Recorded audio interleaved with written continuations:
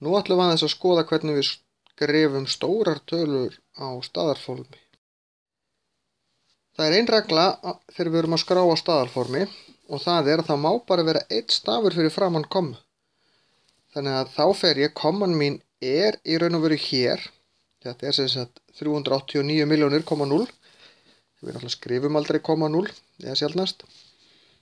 En ég ætla að færa kommuna þangað þannig að það verði einn stafur fyrir framan kommuna sem er 3.